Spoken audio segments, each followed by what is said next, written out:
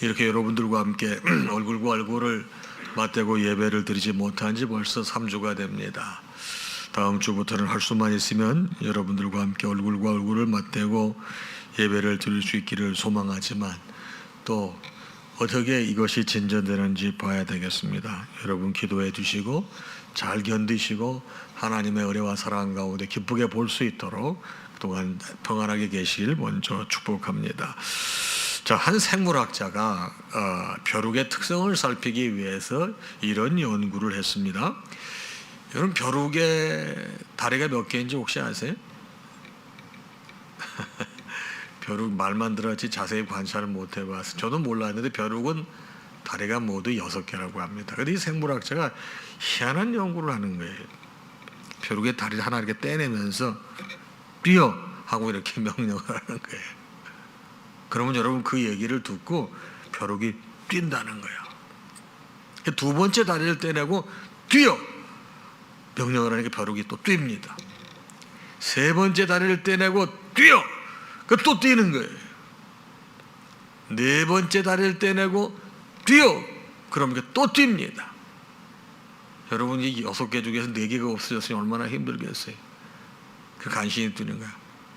5번째 거를 떼면서도 뛰어 그러니까 여러분 참 뛴 건지 움직인 건지 모르지만 하여튼 그렇게 반응을 보였어요. 이제 마지막에 다리 하나를 떼내면서 뛰어 그러는 거예요. 여러분 못 뛰죠. 다리가 없는데 어떻게 뛰어. 서너 번 더 생물학자가 벼룩한테 뛰라고 얘기를 하는 거예요. 벼룩이 못 뛰는 거예요. 너무 불쌍해. 제가 멀쩡해. 근데 그 생물학자가 어떻게 결론을 내리는가 하면은 아하 이 벼룩의 다리를 다 제거해 버리게 되면 이 벼룩은 청각을 상실한다. 이렇게 결론을 내리는 거예요. 여러분 어떠세요?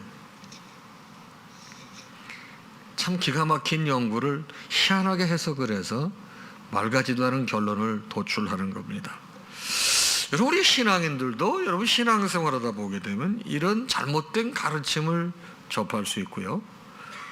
또 우리가 예상치 못하는 환경과 여건 때문에 그런 여건과 환경을 이상하게 해석해서 신앙의 길을 잃는 경우가 적지 않습니다.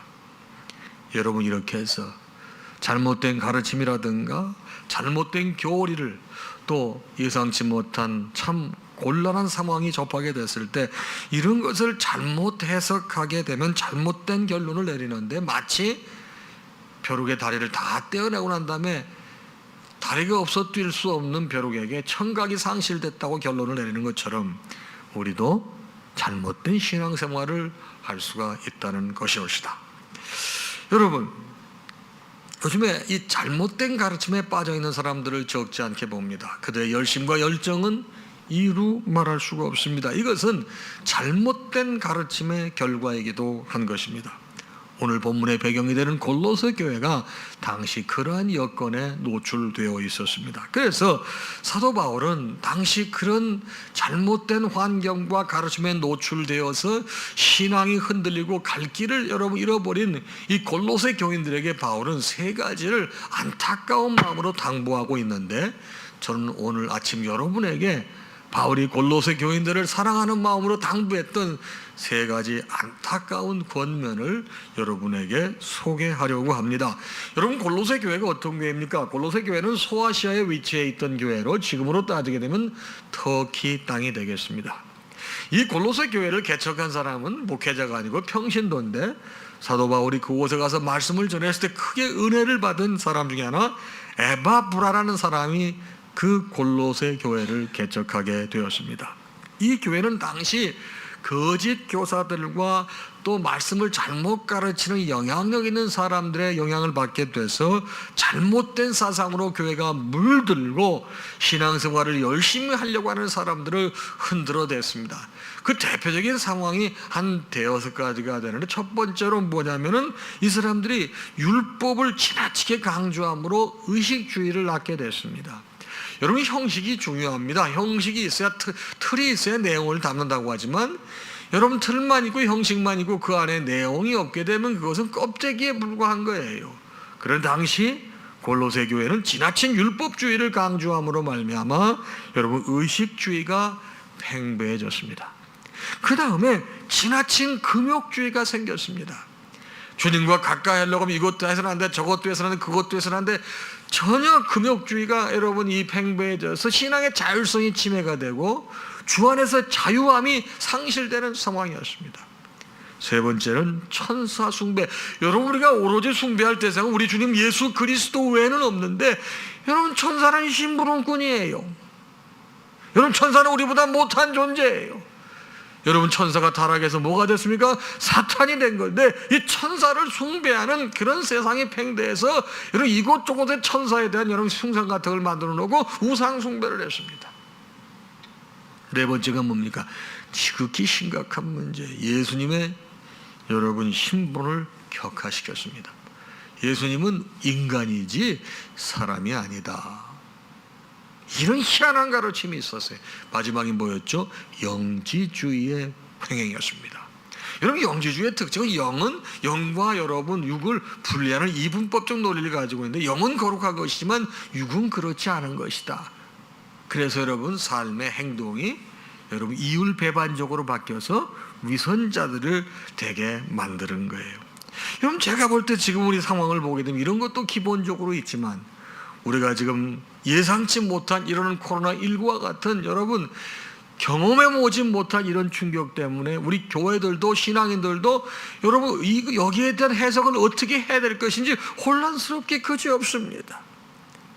여러분, 이럴 때 여러분과 저는 어떻게 해야 이럴 때 바른 자세를 가지고 신앙생활을 할 수 있을까? 여러분, 사도 바울이 당시 골로새 교인들이 겪었던 안타까움을 보면서 그들을 권면했던 말씀으로 여러분과 저에게도 새롭게 방향을 설정하고 우리의 위치를 잡을 수 있는 말씀이 되기를 바랍니다. 자, 꼭 지켜야 될 세 가지 권면을 했는데, 이럴 때 뭐를 권면했는가 하면은 골로새서 3장 1절에 바울은 이렇게 권면을 합니다. 그러므로 너희가 그리스도와 함께 다시 살리심을 받았으면 위의 것을 찾으라. 바로 바울은 여러분과 제가 예수 그리스도로 다시 거듭난 사람인 것을 확인시켜주고 골로새 교인들에게도 그것을 확인시켜주는 거예요. 바로 다시 살리심을 받았으면 위의 것을 찾으라. 1절에 보니 거기는 그리스도께서 하나님 우편에 앉아 계시느니라 했습니다. 여러분, 이 말씀은 어디에서 기초하는가 하면 구약성경 시편 110편 1절에 기초합니다. 110편 1절은 이렇습니다. 여호와께서 내 주에게 말씀하시기를 내가 내 원수들로 내 발판이 되게 하기까지 너는 내 오른쪽에 앉아 있으라 하셨도다. 여러분, 이 말씀은 뭡니까? 부활하신 예수 그리스도는 하늘의 영광을 가지고 하나님 우편에 계신다는 것입니다. 여러분과 제가 위의 것을 찾아야 하는 이유, 그것은 바로 주님께서 계시는 거예요. 여러분, 이렇게 하니까 위의 것의 개념을 공간적 개념으로 한정시켜서는 또 안 되는 거예요. 여러분, 우리 주님은 무소부지하신 분이에요. 주님은 여러분 시간과 공간과 여러분 이걸 다 초월하시는 분인데, 위의 것을 찾으라고 하는 것은 주님께 여러분 초점을 맞추라는 의미라는 사실을 잘 이해하시기 바랍니다. 여러분, 예수님께 소망을 두라는 거예요. 자, 관련 성경 구절을 보게 되면 여러 가지가 있습니다. 시편 62편 5절에 보니 나의 영혼아 잠잠히 하나님만 바라라.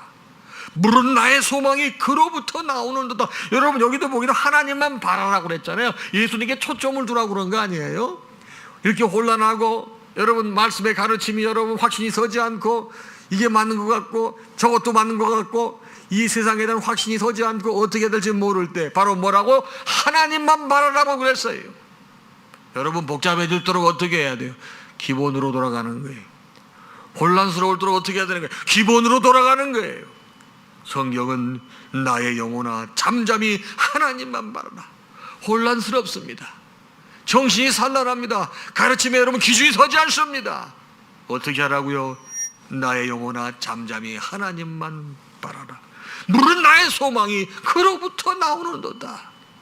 홀로 혼동스럽고 확신이 서지 않고 가르침이 여러분 믿음이 서지 않을 때, 죽게 여러분 정말로 바라보게 될 때 나의 소망이 그로부터 나오는 거예요. 이사야서 40장 31편은 이렇게 말씀합니다. 오직 여호와를 앙망하는 자는 새 힘을 얻으리니 독수리 날개치며 올라감 같을 것이요. 여러분 낙심이 되고 모든 것이 여러분 밝게 보이지 않을 때 여러분 주님만 바라보는 거예요. 또 히브리서 12장 2절은 이렇게 말씀하고 있습니다. 믿음의 주요 또 온전케 하신 예수를 바라보자. 여러분 이렇게 어려울 때 누구를 바라보라고요? 예수를 바라보라는 거예요. 여러분 모든 씨앗은 땅속에 뿌려질 때 다 죽습니다. 그 씨앗이 죽음으로 새로운 생명이 나오는 거죠. 그래서 모든 여러분 새싹들은 100% 태양을 향해 자라는 겁니다. 그래서 여러분 모든 식물들은 태양빛을 받지 못하면 죽는 거예요. 여러분 왜 해바라기라고 그래요? 해바라기는 여러분 이렇게 고개가 이렇게 돌아가요. 해를 바라보면서 돌아가는 겁니다. 여러분 성도들은 어떻게 보게 되면 새싹과 같은 존재들이에요. 예수의 죽음으로 여러분과 제가 다시 태어났잖아요. 여러분 그래서 옛사람은 죽고 새사람이 되었어요. 그러므로 여러분과 저는 의의 태양이신 주님만 바라봐야 되는 것입니다. 성도는 영적 해바라기가 돼야 되는 거예요. 혼란스럽습니다. 방향 설정이 곤란합니다. 낙심이 됩니다. 한숨이 나옵니다. 이게 언제 해결될까? 모든 부분이 우울하기만 합니다. 여러분 그럴 때 계속 땅 보고 있어야 됩니까? 아닙니다. 주님께서는 그럴 때 의의 태양 대신 주님만 바라보라고, 예수께 소망을 두라고. 그러면 주님께서 분명히 주님의 시간에 주님의 방법으로 귀한 섭리를 깨닫게 만들어 주시는 것입니다. 여러분 가룟 유다는 처음부터 배신자가 아니었습니다. 너무 귀한 인재였습니다. 그래서 예수님께서 12제자 중에 하나로 가룟 유다를 취한 것입니다. 그래서 이 사람 똑똑해서 모든 제자들의 일행의 살림을 맡지 않았습니까? 안타까운 건 모든 제자들은 예수님의 말씀을 배우고 듣는 동안에 그는 맨날 뒤에서 오늘 끝나고 난 다음에 식사는 어떡하지? 우리는 오늘 어디 가서 자야 되지? 여기저기 수소문하고. 여러분 그런가 하다 보니까 말씀은 여러분 깊이 듣지 못하고 여러분 그런 데 시간을 많이 보내게 된 거예요. 자기도 모르게 일에 얽매이고 돈에 얽매이게 된 거예요. 나중에는 어떻게 하면 돈을 좀 절약할까? 이게 여러분 하나님 말씀보다 커져버린 거예요. 그래서 돈이 그의 가장 큰 관심사가 되는 것입니다. 이걸 누가 알아차렸죠? 마귀가 알아차린 거예요. 마귀가. 그래서 마귀가 가룟 유다의 마음속에 예수를 팔 생각을 마음을 싹 넣어놓으신 것입니다. 여러분 결국 예수님을 은 30에 팔아 가장 역사상 불행한 인생이 된 사람이 가룟 유다입니다. 여러분 내 믿음, 신분, 신앙 연조, 역량, 직분 이런 게 관계없이 여러분 우리는 항상 주님께 소망을 둬야 실족하지 않는 거예요. 주님께 소망을 두지 않기 때문에 그렇게 훌륭했던 가룟 유다도 주님 비슷한 일에, 주님 섬기는 비슷한 일에 주님보다 더 시간을 많이 쓰니까 그렇게 실족하는 것입니다. 여러분 이렇게 어렵고 힘들 때 어떻게 여러분 좀 어리석을 정도로 여러분 예배 정직해야 될 거라고 저는 생각하는 거예요. 여러분 댁에서 예배를 드리시는데 여러분 이렇게 대면 예배를 드리는 것처럼 보다 훨씬 여러분 자유롭지 않습니까? 여러분 그 자유함이 습관이 되면 곤란해요. 지금 여러분 비상으로 이렇게 하는 거예요. 이럴 때 더욱더 주님께 소망을 두고 여러분 아버지 앞에 예배자로 반드시 서게 될 때 하나님께서 여러분과 저를 기억하시고 이런 모든 문제들을 넉넉히 극복할 수 있는 하나님의 방법으로 섭리로 이끌어 주실 줄로 믿습니다. 사랑하는 성도 여러분, 예수께 소망을 두어서 삶에 낙담하지 않고 승리하시기를 주님의 이름으로 축복합니다. 여러분 중국의 석학이죠. 하버드 대학교 교수를 역임했던 사람인데 임어당이라고 하는 사람이 있습니다. 여러분, 저희 아버지의 특징이요, 취미가 책을 많이 보셨어요. 저 어렸을 때 우리 집에 보면 이렇게 책이 많았어요. 아버지가 이렇게 봉급 받으시면 꼭 책을 한 지씩 사오셨어요. 그 퇴근하고 오셔서 책을 봤던 모습을 제가 많이 봤어요. 근데 우리 집에 임어당 전집도 있었어요. 난 임어당이 누군 줄 몰랐어. 근데 이 양반이 그렇게 훌륭한 석학, 그 양반 글에 보면 속생활의 발견이라는 책이 있습니다. 거기에 이런 얘기가 나옵니다. 중국의 장자를 소개하는데 저 책이거든요. 중국의 장자 아시죠? 공자, 맹자, 장자 다 훌륭한 사상가들이죠. 장자가 어느 날 길을 가는데 큰 나무에 꽤 큰 새가 한 마리 앉아 있는데, 어머나, 이 장자가 가까이 가도 이 새가 꼼짝하지 않는 거예요. 여러분, 새들은 여러분 야생동물이기 때문에 사람이 다가가면 여러분 본능적으로 다 도망가게 살아보려고 그렇죠. 근데 얘가 안 도망가는 거야. 그래서 장자가 저놈의 새 잡아야 되겠다고 자기 활을 딱 먹인 다음에 쫙 시위를 당겼는데, 여러분, 그래도 이 녀석이 꼼짝 안 하는 거야. 그래서 장자가 시위를 당겼다가 싹 놓은 다음에 도대체 저놈 왜 그러지 하고 새가 뚫어지게 쳐다보는 것을 이렇게 보게 됐습니다. 그랬더니 세상에 이놈보다 훨씬 작은 새가 제비인데, 이 큰 새가 여러분 제비를 잡아먹기 위해서 아니면 곤란하게 하기 위해서 그걸 뚜다 쳐다보고 있는 거예요. 근데 또 제비를 보니까 제비도 움직이지 않고 있는 거야. 그 제비는 또 뭘 쳐다보나 봤더니 여러분, 태어난 지 얼마 안 되는 매미 새끼를 딱 쳐다보고 있는 거예요. 기가 막힌 그림이 그런, 큰 새는 제비를, 제비는 매미를. 근데 그거를 지금 누가 보고 있는 거죠? 그걸 또 장자가 쳐다보고 있는 거야. 그때 여러분, 거기가 밤나무 숲인데 밤나무 숲 주인이 장자를 보고 도둑인 줄 알고 도둑이야 하고 소리를 지른 거야. 그랬더니 여러분, 산통이 다 깨져버렸던 거야. 여러분, 이게 임어당의 속생활의 발견이라는 곳에 나오는 한 도막의 글이 되겠습니다. 임어당은 거기서 사람은 무엇을 보고 사느냐에 따라서 그 사람의 됨됨이를 알 수 있다고 했습니다. 여러분, 사람의 눈은 사진 렌즈와 같습니다. 그래서 좋은 경치를 보면 여러분, 나도 모르게 마음이 여러분 평안해지고, 마음이라고 하는 여러분 필름밭에 좋은 그림이 찍히게 되어 있습니다. 그런데 인터넷 같은 걸 통해서 폭력, 살인, 음란, 사기 등을 즐기면 우리 마음의 필름에 온갖 더러운 것들이 덧대지게 되어 있는 거예요. 여러분, 사탄 마귀는 우리 인생에 여러분 눈에다가 무엇을 붙여놨습니까? 안목의 정욕이라고 하는 렌즈를 붙여놓은 거예요.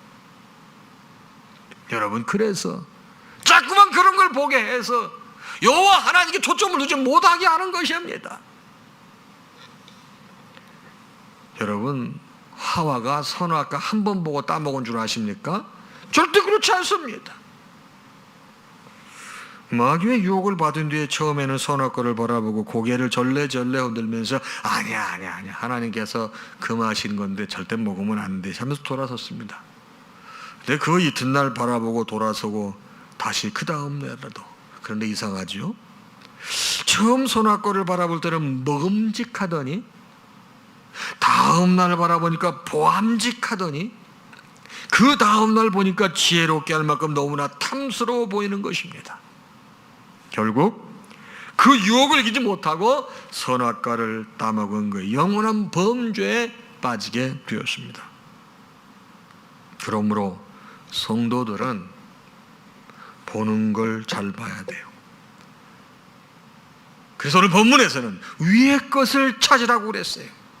골로새 교회 성도들이 접하고 있는 문제들이 적지 않았는데, 그럴 때 너희들 그 문제 땅만 바라보지 말고 위의 것을 찾으라. 여러분, 예수님께 소망을 두는 삶이 여러분 성공하는 삶이에요. 우리 어렵습니다. 이럴 때일수록 문제를 바라보지 마시고 우리의 소망 되신 예수를 바라보는 거예요. 여러분, 제2차 세계대전을 끝나게 된 여러분 작전이 뭐죠? 노르만디 상륙 작전입니다. 100만 명 이상의 병력과 9천 척의 선박들, 17만 대의 차량들, 702척의 전함이 사용되었습니다. 제2차 세계대전 말 프랑스의 노르만디에 극배 상륙작전을 개시하는 것인데 1944년 6월 6일 새벽에 시작했습니다. 여러분, 왜 우리가 현충일을 6월 6일로 하는 줄 아십니까? 노르만디 상륙작전 성공일을 개념해서 항상 현충일을 6월 6일로 하는 거예요.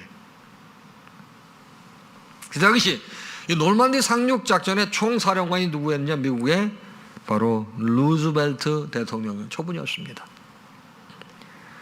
그는 그 중대한 시간에 무엇을 했느냐? 그는 연합군 작전실에 들어가서 여러분 작전을 지휘했느냐? 아닙니다.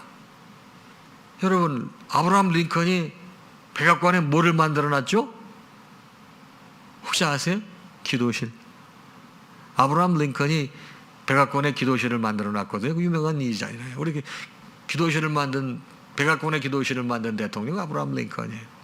이 루즈벨트는 그때 노르만디 상륙작전이 한창 진행되고 있을 때 어디에 들어갔느냐? 여러분, 바로 기도실에 들어갔습니다. 무려 8시간 동안 기도실에서 나오지 않았습니다. 시시각각으로 부하들이 계속 전황을 보고를 합니다. 다 거절하고 루즈벨트는 기도실에서 하나님만 바라봤습니다. 8시간 후에 기도실에서 나올 때 여러분, 부하로부터 노르만디 상륙작전이 기적적으로 성공했다는 정보를 받았습니다. 여러분도 저도 모든 것이 혼란스러울 때, 방향이 잘 잡히지 않을 때 어떻게 되겠습니까? 하나님 바라보는 거예요. 그것이 핵심이에요. 혼란스럽다는 건 뭐예요? 기준이 없기 때문에 혼란스럽다는 건 같이 우왕좌왕하는 거예요. 여러분, 그럴 때 위에 거 찾는 거예요. 잠잠히 있어 하나님께 소망을 두는 거예요. 바울은 안타까운 심정으로 골로새 교인들에게 너희 위의 것을 찾아라 이렇게 권면을 했습니다. 그러면서 또 보완적인 권면을 하나 더 합니다. 2절에 보니 위의 것을 생각하고 땅의 것을 생각하지 말라. 이 땅의 것을 생각하지 말라고 한 것은 이제 육적인 것에 매이지 말라는 것입니다.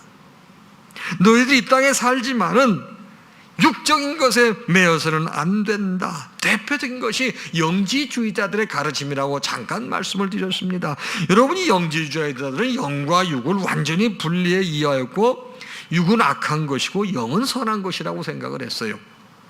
그래서 이 사람들이 영적인 것은 추구하나 실상은 육적인 쾌락에 빠져 살았던 아주 여러분 이 야누스 같은 존재들이었습니다. 위선자 같은 존재들이었습니다. 바울은 영지주의자들의 잘못을 반박하기 위해서 땅의 것을 생각하지 말라고. 여러분, 어떻게 우리가 신앙생활이 분리가 될 수 있습니까? 어떻게 예배당 안에서의 생활과 예배당 밖에서의 생활이 분리될 수가 있겠느냐고. 여러분 21세기형 영지주의가 어떤 거예요? 여러분, 예배당 안의 삶과 예배당 밖의 삶의 예배가 다른 거예요. 강력하게 권면합니다. 땅의 것이란 무엇입니까?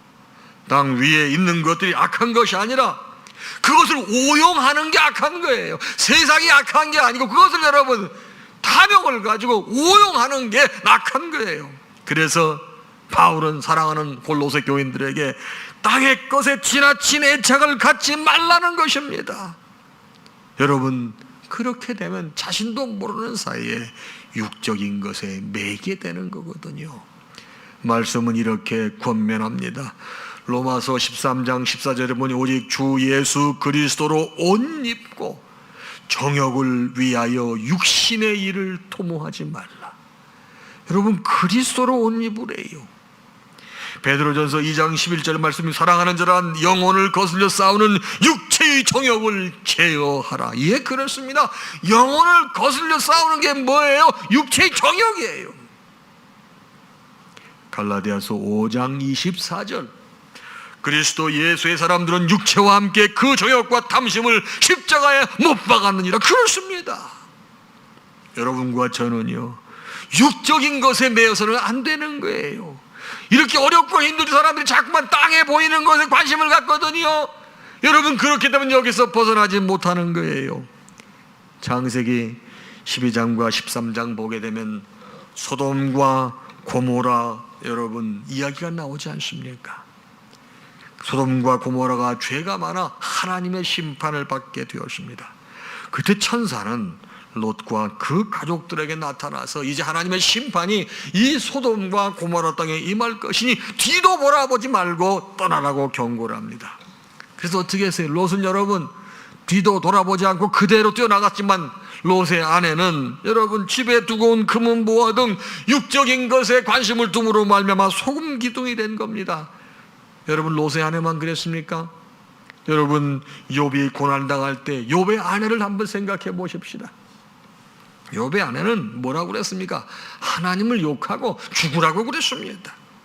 욥의 대답이 2장 10절인데 그대의 말이 한 어리석은 여자의 말 같도다.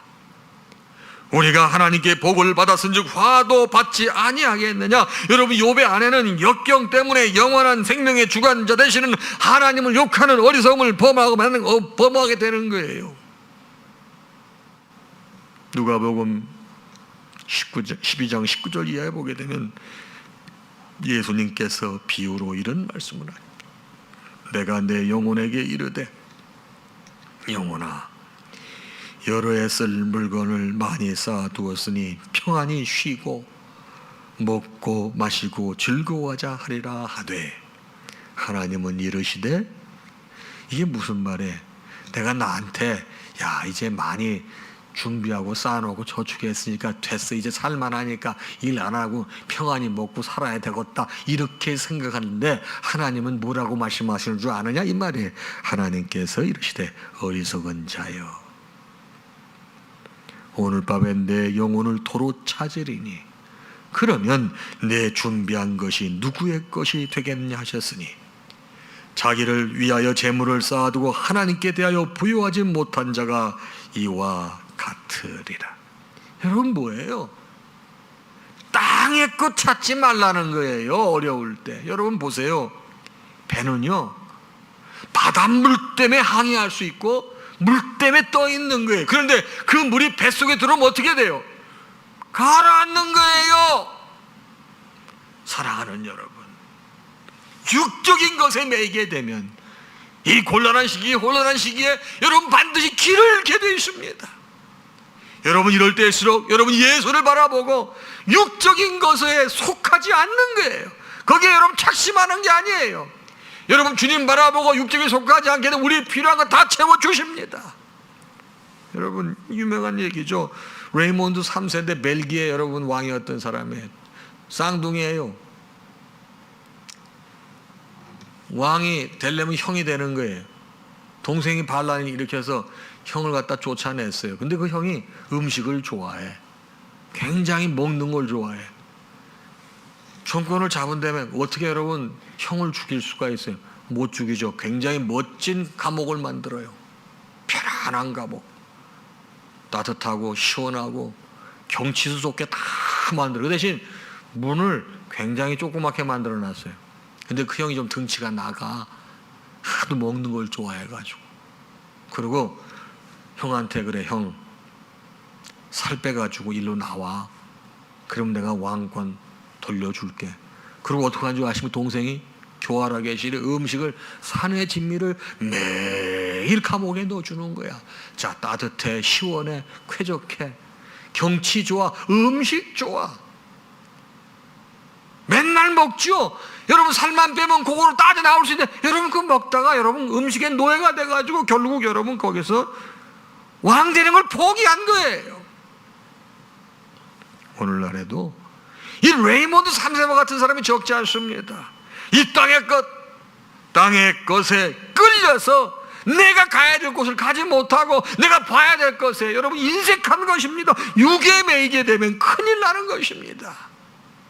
여러분 영에 속한 사람이 돼야 필요한 육의 것이 공급되고 그것을 여러분 통제할 수 있는 사람이 되는 것입니다. 여러분 주님께서 이럴 때 예수께 소망을 두고 육적인 것에 매이지 않게 되면 어떻게 하신다고 그랬습니까? 오늘 본문 4절입니다. 그렇게 하게 되면 우리 생명이신 그리스도께서 나타나실 그때 너희도 그와 함께 영광 중에 나타나리라. 이게 무슨 말입니까? 이렇게 될 때 예수님께서 재림하시게 되면 주님과 함께 영광 중에 여러분과 저도 나타난다는 게, 재림 때 부활의 영광에 참여하게 된다는 거. 어떻게 할 때? 혼란스럽고 어렵고 힘들고 그럴 때 예수께 소망을 두고 육적인 것에 여러분 바로 우리가 매이지 않게 되면 주님 재림하실 때 영광 중에 참여한다는 것입니다. 여러분 아시다시피 바울은 대단히 여러분 영향력 있는 사람이었습니다. 어떻게 보게 되면 예수님 다음으로는 사람의 몸을 입고 있는 사람 중에서 바울 같은 사람이 없을 거 아니겠어요? 대표적인 게 여러분 하나님 말씀이라고 하는 성경을 보세요. 여러분 신약 성경이 27권인데 그중에 절반 정도 되는 13권을 기술한 사람이 바울이에요. 그렇다고 하면 하나님의 마음을 제일 잘 아는 사람 중에 하나가 바울이었습니다. 근데 바울은 모든 그의 신앙사상에 예수 그리스도를 높이는 일에 전부 투자가 되어 있어요. 그래서 이 바울은 이 골로새서를 통해서 예수 그리스도의 초림과 재림을 분명히 말하고 있습니다. 오늘 본문에도 보게 되면 예수 그리스도 나타나실 때를 말하고 있지 않습니까? 그 나타나실 때가 언제입니까? 예수님 재림하실 때예요. 여러분 예수님 재림하실 때는 바로 이 죽은 자와 산 자가 있는데, 여러분 죽은 자는 잠자는 자라고 합니다. 우리는 여러분 신앙생활 잘하고 예수 안에 잠자는 자는 다 부활자가 되는 겁니다. 그런데 예수님 재림해서 내가 살아있을 때, 여러분 그럴 때는 신앙생활 잘하고 주님의 자녀일 경우에는 여러분 변화체가 돼서 주님과 함께 영광 중에 동참하게 되는 것입니다. 그러면서 바울은 이렇게 예수 그리스도를 찾는 자가 주님 재림하실 때 부활의 영광스러운 축복을 누리게 된다고 말씀한 것입니다. 욥기서 19장 25절이 합니다. 나의 대속자가 살아계시니 내가 육체 밖에서 하나님을 보리라. 이게 뭐입니까? 영적인 삶을 말하는 것입니다. 디모데후서 4장 8절입니다. 이제 후로는 나를 위하여 의의 면류관이 예비되었으므로 주 곧 의로우신 재판장이 그날에 내게 주실 것이며 내게만 아니라 주의 나타나심을 사모하는 모든 자에게 도니라. 여러분 이 부활체의 영광이 다릅니다. 고린도전서 15장을 부활장이라고 하는데 여러분 여러 가지로 설명하고 있지 않습니까? 모세는 부활체의 영광을 바라보면서 멋지게 신앙 고백을 합니다.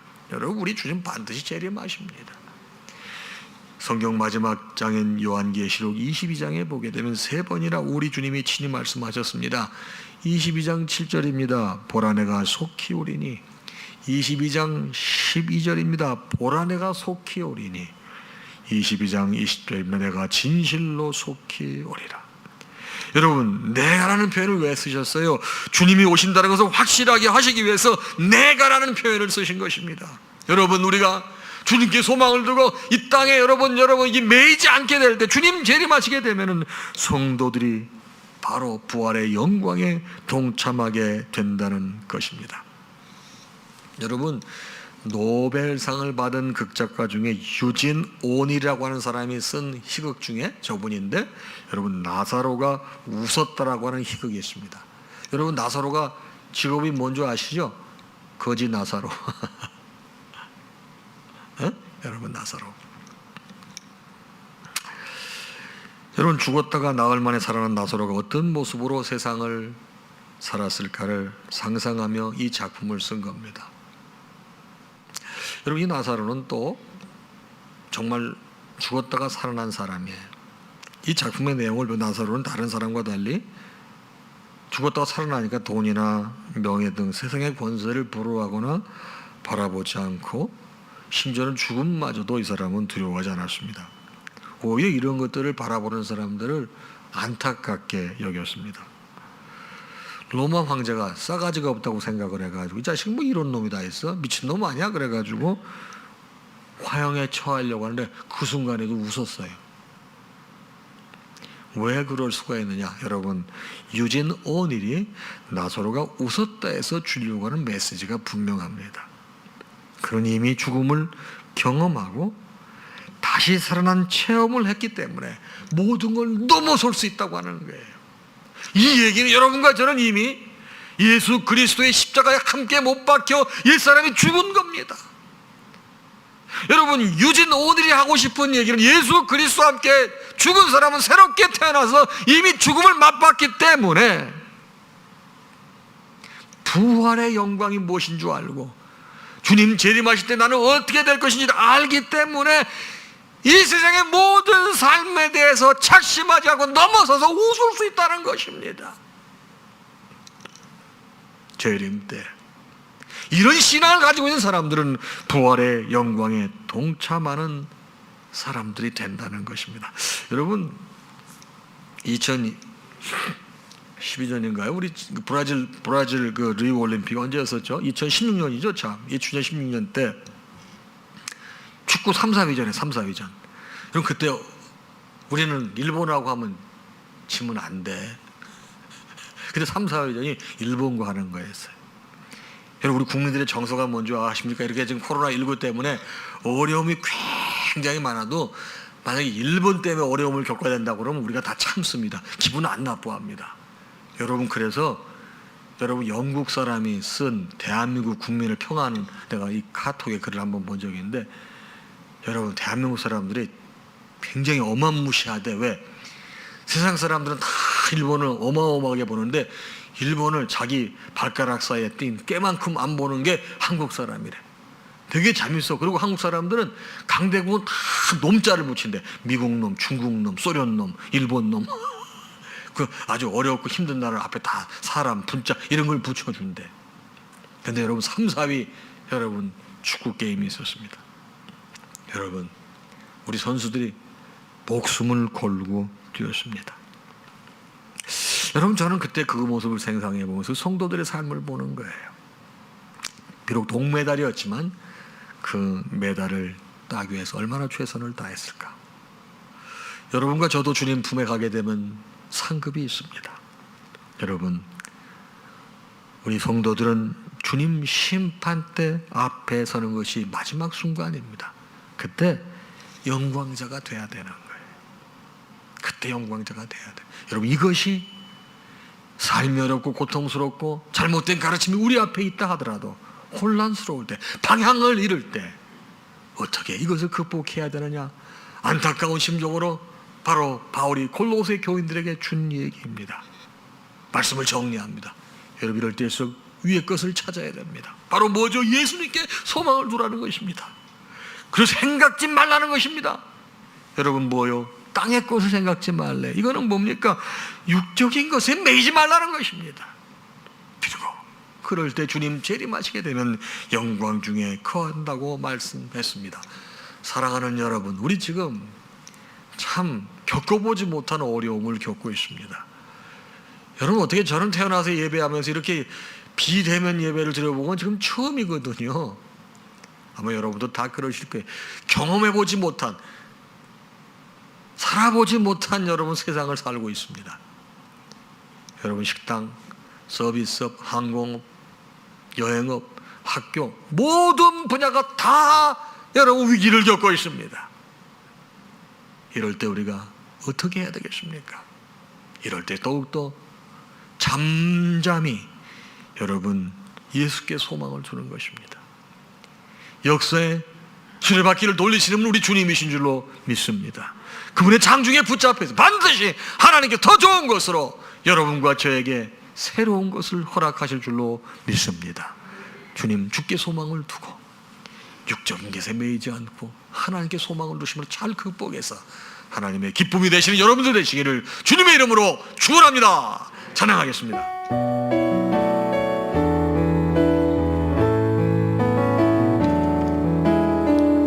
나의 영혼이 잠잠히 하나님만 바라며 나의 구원이 그에게서 나는도다.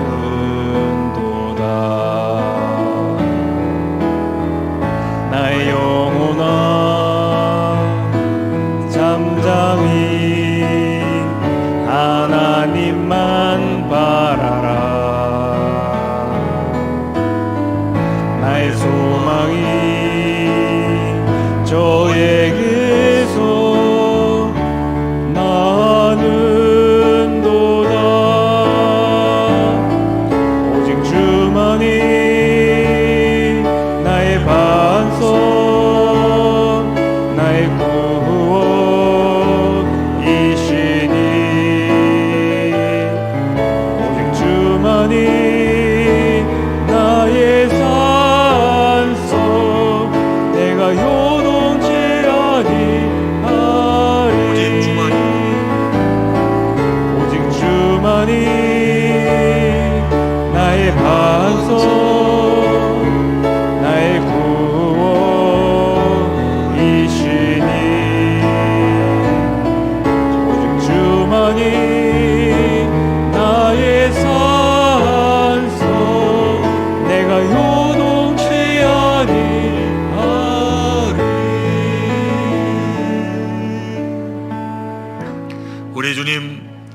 예수 그리스도의 크신 은혜와 하나님 아버지의 무한하신 사랑하심과 성령님의 감동, 감화, 교통, 역사, 충만하심이 오늘 주신 말씀을 받고 세상을 향해 나아가는 사랑하는 당신의 모든 자녀와 그 가정 위에 이제로부터 영원토록 함께 있을지어다.